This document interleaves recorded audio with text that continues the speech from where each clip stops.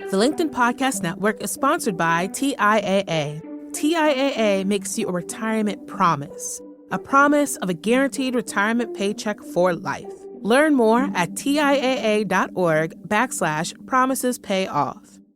Hey, before we get started, I just wanted to make a quick plug for my weekly newsletter. It's totally free, and it's a great way to get the best, most useful ideas from nonfiction without having to, read a ton of books. I do that for you, along with my team, and we highlight the ideas that we think will change your life for the better. To sign up, use the link in the episode notes or go to Next Big Idea on LinkedIn. Thanks. Now on with the show. LinkedIn presents. True healing is different than a cure. The first requires deep, true, and difficult work, where the second is often a quick fix that leaves the underlying issue unresolved. In order to truly heal, I had to give up the all-or-nothing binaries that had held me in their grip. Happy Tuesday, people. This is the Next Big Idea Daily. I'm your host, Michael Kovnat. So I've got a health question for you. Could an all-fruit diet save your life?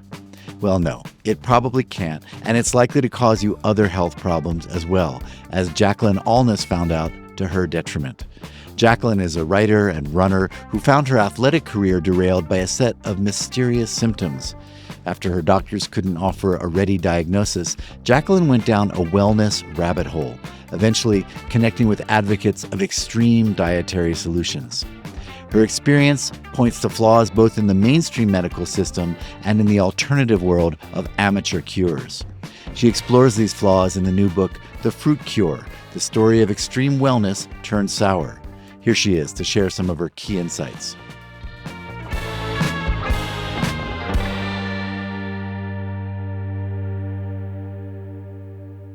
During my freshman year of college, over a decade ago now, I developed a simple cough that turned into a case of persistent dizziness and blurry vision.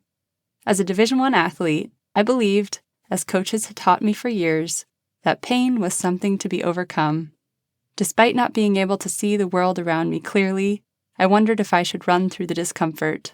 When I listed my symptoms and asked my coach and the athletic trainer if I should compete, they responded with a resounding yes.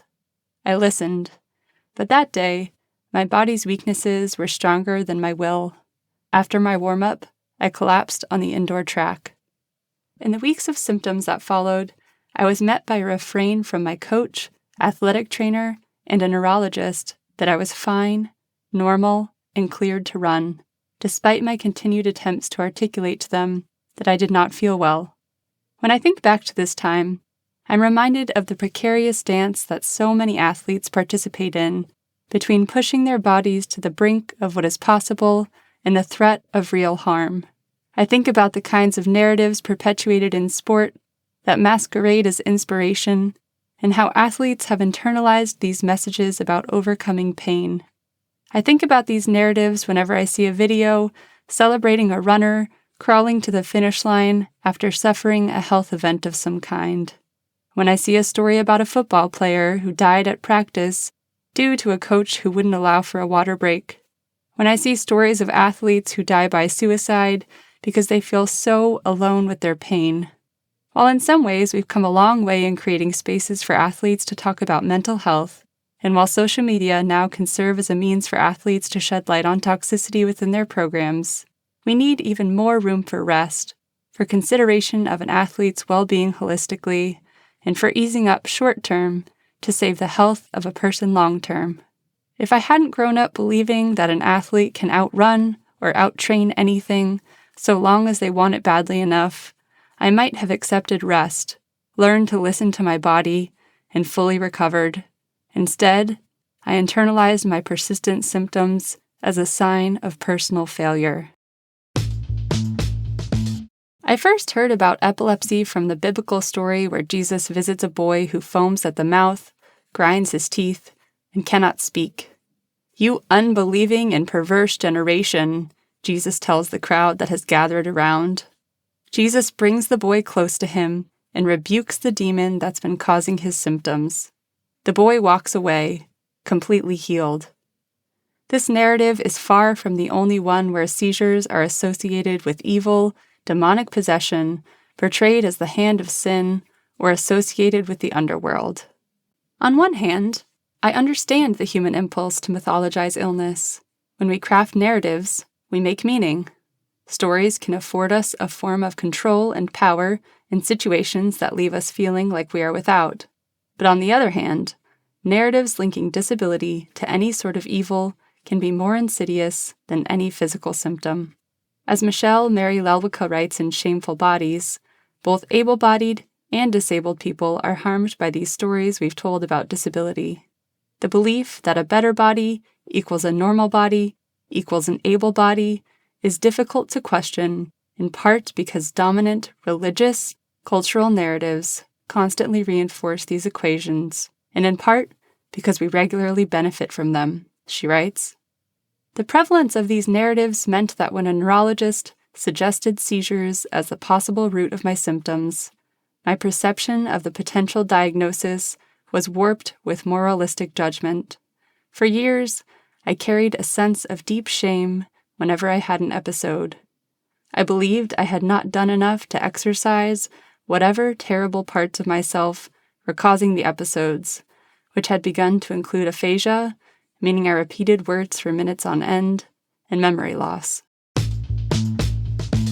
At my sickest, while waiting for a bed in the epilepsy monitoring unit to open, I found myself where most of us have been at some point in our lives, Googling my own symptoms and hoping for an answer, or at least some form of release. Amidst the WebMD articles and quizzes, I came across a website called 30 Bananas a Day. The absurdity of the site delighted me at first, with its faded header of spotty bananas, a smiling apple parachuting from the sky toward a dancing cucumber, and members with usernames like The Fruit Monster, Honeydew Sunshine, Be Free, and I've Gone Bananas.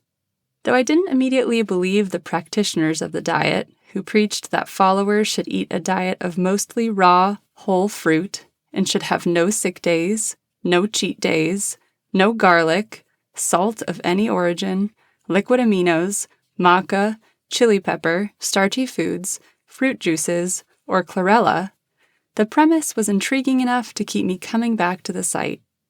Over a period of weeks, I grew intrigued by a tab on the site titled Testify, where followers shared how the community had helped them heal. As I scrolled, I saw my deepest desires laid bare. There was a post from someone who had been a professional athlete, forced out of the sport by a range of health issues. When doctors couldn't find an effective path toward wellness, she tried the diet, and it worked. Others said the same. They had clear skin and soaring energy. Most of all, they were happy. After hearing my symptoms repeated back to me with clinical distance for years, seeing my wants echoed in these internet posts helped me develop a kind of trust in the community, even if I wasn't eating a diet of fruit. Now, with the benefit of years of hindsight and the worst of my symptoms in the rearview mirror, I see that such a restrictive diet was never really the answer, at least not for me. But when you are in the throes of illness, there is something comforting about distilling the world into dichotomies, sick or well, bad or good, off limits or completely nutritious. When so much seems unknowable about the very body you live in, it feels nice to stand on a firm platform made from rights rather than wrongs, even if that very platform itself is a false reality. This desire for clarity mirrors the kind of rhetoric that has become pervasive on social media, where content creators, sometimes without training, education, or licensing, can make a claim about a cure, solution, life hack, tincture, oil, or diet that they say will change your life, heal you, help you lose weight, or rid you of any impurity. For people who have been dismissed or disbelieved by medical professionals, have lost trust in pharmaceutical companies due to their privileging of profits over patient well-being, or are unable to access care due to exorbitant costs, these kind of claims that offer a level of certitude start to feel like hope. When confronted with a post, bit of information, or idea that sounds alluring, it can be valuable to ask questions like, Is this a message I believe in because of an emotional desire or a scientific truth? Who is sharing this message, and for what purpose or profit? Am I reaching for an easy solution in the hopes of avoiding a deeper reckoning? What is the bigger narrative behind this post, and do I believe it? While I never became a full-blown fruitarian, I visited the 30 Bananas a Day website enough that I started to believe in the leaders' messaging around purity. If I stopped eating foods that they said were toxic, I would not only heal myself from my condition, but I'd be a better person. This narrative dovetailed dangerously with the ways I had internalized my neurologic symptoms as somehow being my fault. Food became a way that I could exercise control over my body, which increasingly felt uncontainable. During the period of time when I was restricting certain foods from my diet, I began to believe that I was a better version of myself, as if my capacity to deny my own wants was somehow a marker of success. This moralistic conflation of abstaining from certain foods with being a good or pure or healthy person was not unique to me individually or to the 30 Bananas a Day website. Instead, we find the same messaging in the early 1900s in England, where the word fruitarianism first appears in a newsletter published by a Christian vegetarian organization called the Order of the Golden Age. Contributors to the Order's newsletter wished to relieve the general population from joints and tissue choked by waste and uric acid, as well as the demon gout and his malign kindred, and stressed that meat was the cause of a large proportion of the pain, disease, suffering, and depravity with which our race is cursed. The founder, Sidney Beard, wrote that real followers of Christ should feel obligated to relieve human suffering, and that it was each person's responsibility to purify themselves through food in order to prevent disease as well as cure it. The conflation of morality, appetite, and religion has influenced humans for much of history. Just think of the shame and blame associated with Eve succumbing to temptation through food as early as Genesis, all the way to terms like clean or guilt-free added to contemporary packaging. This messaging is problematic not only for the ways that it encourages judging individuals based on their consumption, but also for the ways that it sets up a false promise of power. The lie that purifying your eating can lead to total and complete healing is one that is so alluring. When everything else is uncontrollable, food choices can grant the illusion of power, but it is also one that can lead to self-blame and shame.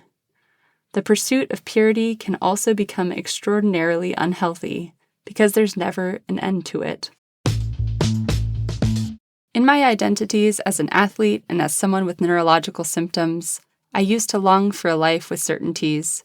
I wanted assurances that I would be healthy, faster than ever before, capable of running any distance I dreamt of. I longed for control. I used to believe I was stronger if I could withhold food, hit quicker splits, or dismiss the gravity of my own symptoms.